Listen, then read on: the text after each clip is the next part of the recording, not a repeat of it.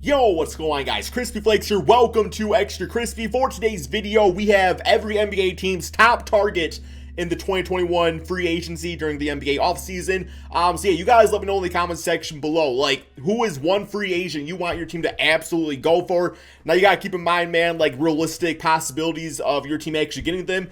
I would love the Detroit guy Kawhi Leonard. I do not think it's going to happen, man, but also you gotta keep in mind also, financial flexibility and all that stuff, right? So let's get going on this article by Bleacher Report. We got Greg Schwartz here, so we're gonna go through all these. I'm gonna give you guys my opinion on if I think this is somebody that this team should go for, or if there should be like a higher priority up in there. So here we go, man. We got the Atlanta Hawks with Patty Mills, who of course has been a point guard for the Spurs for quite some years now, man. And in my opinion, if I'm the Hawks, I bring back Lou Williams. But at the same time, you know, Lou can provide that scoring off the bench.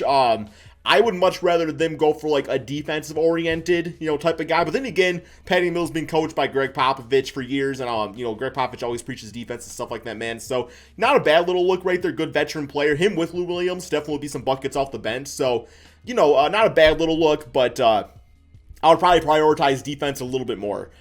Here we have TJ McConnell for the Boston Celtics, and the ideal role would be a starting point guard. So, yeah, this guy obviously, man, was a beast last year. I believe he led the NBA in steals at nearly 2 a game.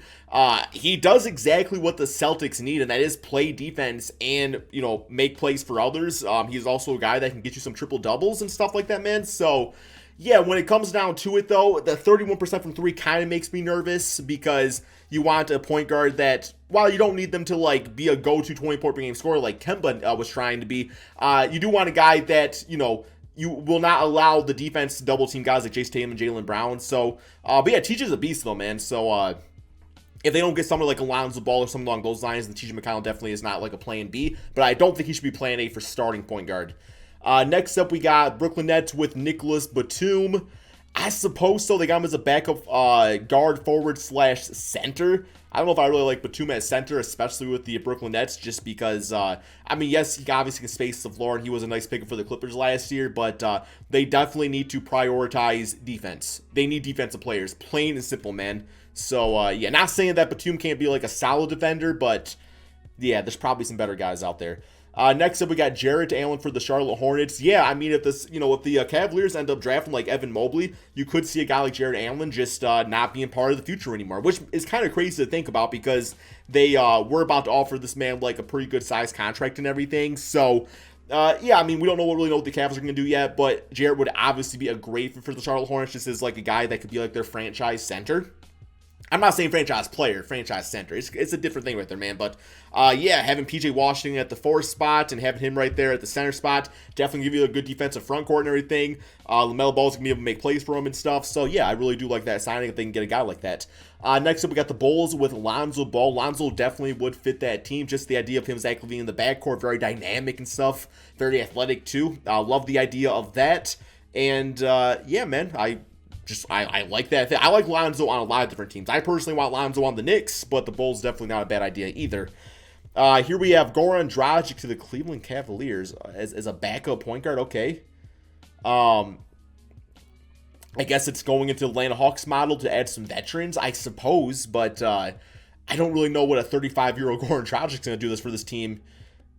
Yeah, I don't like that. I want him to go to a contender, man. Next up, we got Kawhi Leonard for the Dallas Mavericks. This one's so interesting. Do you guys feel like Luka and Kawhi could coexist? Because Luka likes the ball in his hands, but Kawhi needs the ball in his hands. He did average 5 assists, so I mean, the playmaking's there. I suppose if Luka became more passive, which is crazy, you know, talk about a guy that averaged like nearly double-digit assists and stuff. But I feel like chemistry-wise, who's the 1 and who's the 2? Does that really need to even be a thing? I feel like in today's NBA, that needs to be addressed for chemistry reasons. I mean, if you get Kawhi, you do it every time, right? But, yeah, this would be interesting to see how that would play out. I'm actually kind of there, you know, to see it and stuff, man. Next up, we got Derrick Rose to the Denver Nuggets. I do like the idea of this, especially with Jamal Murray coming off a major injury. Although I do like Monte Morris, but Derrick Rose obviously would be an improvement for him, you know, above him and stuff. So, yeah, a guy that could play in the backcourt with Jamal Murray, essentially, too, in closing minutes and stuff. It would be a nice little fit. Yeah, ideal 6-man, definitely a 6-man at this point in his career. For the Detroit Pistons, we have Talen Horton Tucker. Me personally, as long as it's not a crazy ass overpay, I wouldn't mind getting him on the team. But I do think there's going to be some teams out there that can offer him a lot of money. And from my perspective, you know, if he's, I mean, they're talking about them. There's teams out there that would give this dude a max contract. I definitely would not do that. But you know, if the price is right, I definitely would bring THT out this team in. And if not, then I'm cool just getting like Diallo back. So yeah, I'll definitely get him. Ideal role is a 6-man, I suppose. Next up, we got Reggie Jackson to the Golden State Warriors. Yup, his bulk scoring off the bench would be, you know, highly valuable as it was to the Clippers. Although I do think Reggie is about to get paid big time by some team in the NBA. But yeah, definitely would be a nice just backup point guard for this team. Next up, we got Lauri Markkanen to the Houston Rockets, probably to play the power forward spot. Would be a little dynamic right there with him playing alongside Christian Wood, 2 7-footers that can stretch the floor and stuff like that. So would be interesting, give them some additional height on the team. But yeah, I guess so, man. Starting power 40 up. Next up, we got the Pacers with Tim Hardaway Jr. Just going to go for all the Michigan guys out there. They're already having Karis LeVert. I guess, I mean, there's not really, what's his role? As a starting shooting guard, I mean, you already have Karis out there. You know, you got TJ Warren, Sabonis, Miles Turner. I don't really think there's room on this team for Tim Hardaway to start. So, yeah, I don't really see that happening. Next up, we got Alec Burks to the Clippers. Yeah, this was definitely a guy on the Knicks that I think he averaged 13 points. Yeah, this guy can fill it up pretty damn quickly. It would be nice to see him, you know, as a 6-man role on a contending team. But he was also really nice for the Knicks. So, yeah, if they want to bring him back, that's cool, too. For the Lakers, we got Jeff Green. Okay, Jeff Green at the age of 34, backup forward / center. We all know what Jeff Green does at this point in his career. He's just a really good role player. So, yeah, could definitely help out the Lakers. But is he the number one priority? I guess I think a point guard probably is what they got to look into. Next up, we got Kelly Oubre to the Memphis Grizzlies. Love the idea of this. He just fits that team. Love the idea of a lineup, you know, of John Morant, Dylan Brooks, Kelly Oubre, Jaren Jackson, Valanciunas. Or if you want to get small up there, have Desmond Bane start with having, you know, Jaren Jackson at the center spot. You trade Valanciunas away. That definitely could get it done too. Love the idea of this little man. Just highly athletic player and stuff. So yes, great player. Next up, we got the Heat going for Kawhi Leonard. Yeah, a lot of teams going to be prioritizing Kawhi Leonard, but the Miami Heat, they need a guy like this. I love Jimmy Butler, but he's not going to win you a championship anymore as a number one option. I just feel like those days are over. Having Kawhi Leonard, I think that probably makes the Heat my favorite team, actually, to win it. So, yeah. Next up, at least one of my favorites. Next up, we got the Bucks with Victor Oladipo. I personally just want to see Oladipo stay in the Heat. It seems like it's been a long time coming, and we didn't really get a chance to actually see him there. But he's going to be out for a long time with injury, so, yeah, I do think it's something to consider. Next up, we have the Timberwolves with PJ Tucker, age 36. I mean, unless the Timberwolves make like a big time splash in free agency or the offseason via trade and get like a Ben Simmons and really go all in contending, I don't really want to see PJ Tucker there. I feel like his services could be better utilized somewhere else. But yeah, if they're going full on like, hey, we want to contend, then yeah, PJ Tucker brings some toughness that they very desperately need. Next up, we got Danny Green to the Pelicans. At the age of 34, I mean, yeah, that gives them a shooting guard. I feel like they got some other decent guards on that team already in Kira Lewis and Nickeil Alexander-Walker. Maybe they bring Josh Hart back. I don't really know. I feel like this might just take away some minutes from some of those guys. Next up, we got Chris Paul to the Knicks. Yo, I kind of want to see this, man. Like, if CP3 wins a championship with the Phoenix Suns, I don't really think he needs to stay there. He might do some things out there that's like better for him personally. If that's being in New York, then he might do that, man. But, yo, that would make him, excuse me. Man, where would you rank Chris Paul all time if he won a ring with the Suns and then the next season he led the Knicks to a ring? Does that make him top 3 point guard of all time? I think it probably does, right? That definitely hasn't passed like Isaiah Thomas in that case. Next up, we have the OKC Thunder with John Collins, 23-year-old player. Probably looking for a pretty good sized contract, but at this point, you know, man, not only do you have the assets of the OKC Thunder, but now you're starting to build the youth out there too with John Collins, Shai Gilgeous-Alexander, having Dort. So yes, really like that as far as a fit. Maybe have Pukashevsky as the small forward, so that's a pretty good foundation going with that. Next up, we got the Magic with Duncan Robinson, yeah, 3-point shooter. I mean, once again, I would personally like to see him on a contender. You know, he's got that experience of being in the NBA Finals. I feel like he could help a lot more other teams out there as opposed to just going to a rebuilding team in the Magic.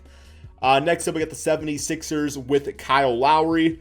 Yeah, for like a season or two. I think probably a 2-year deal probably is the best route in this case. And honestly, if they can somehow get Kyle Lowry without giving up Ben Simmons, I think you do that every single time. And yeah, you just shift Ben Simmons to the power forward spot. You have Tobias at the 3 and see how that works out for you, right? Next up, we got Frank Ntilikina to the Phoenix Suns. As like a 6-man, yeah, it says backup point guard, although they already have Cameron Payne, who I'm cool with. Cameron Payne's been amazing, so I don't really think they need Ntilikina. I do think that Frank here needs a change of scenery. I don't know what team he finds that with, but I still think he can really be one of the better 3-and-D point guards. He shot 48% from 3 last season, probably off very few attempts, but if he doesn't even gotta be like a point guard. If he can be a shooting guard and his job literally is to be a 3-and-D guy, that could be so valuable for so many teams. He just needs that confidence boost. Next up, we got Iguodala to the Trailblazers. Yeah, more veteran help for Damian Lillard. Definitely couldn't hurt. All I really got to say about that at this point, but he's 37, so I don't really know what Iguodala brings you at this point in his career. Next up, we got the Kings with Nerlens Noel.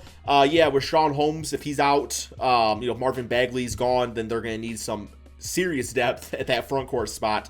And I'm going to guess the Knicks probably, don't bring back Nerlens Noel unless the price is right, just because they already have Mitchell Robinson, who's going to be back from injury. It's like, that's the guy you probably want to start, and Nerlens probably wants to continue starting. So, yeah, man, not a bad little look. We got the Spurs with John Collins, definitely a team that could, benefit from adding some more athleticism to their squad, get away from some of the older guys, go on more like the youth movement, and Collins definitely fits in with that squad. Next, we got Rashawn Holmes to the Toronto Raptors. I do like the idea of him starting and having Boucher off the bench. So, yeah, Rashawn Holmes, very underrated player in the NBA. Like, he was doing some nice things for the Kings this last season. And then we got Josh Richardson to the Jazz. Probably as, backup wing defender is probably the role for him at this point. Loved him on the Heat. Didn't really do much for the Mavericks. I feel like the Jazz could definitely benefit from having him on the squad. And last but not least, we got the Washington Wizards actually getting Campaign, which makes Frank Ntilikina to the Suns make even more sense. But in this case, it's like, yeah, you probably, I guess think of him as a backup point guard. I suppose so. He could play with Bradley Beal or Russell Westbrook. So, yeah, don't really got too much to say about that. Cameron Payne's been nice for the Suns, though. I wouldn't be surprised if they just kept him and honestly he's only 26, so I mean, the way he's been playing, like, if Chris Paul moves on, Campaign probably could be your starting point guard, right? But that's all we got for this video, man. What you all think, let me know in the comment section below. Thank you all so much for watching, and peace out, my friends.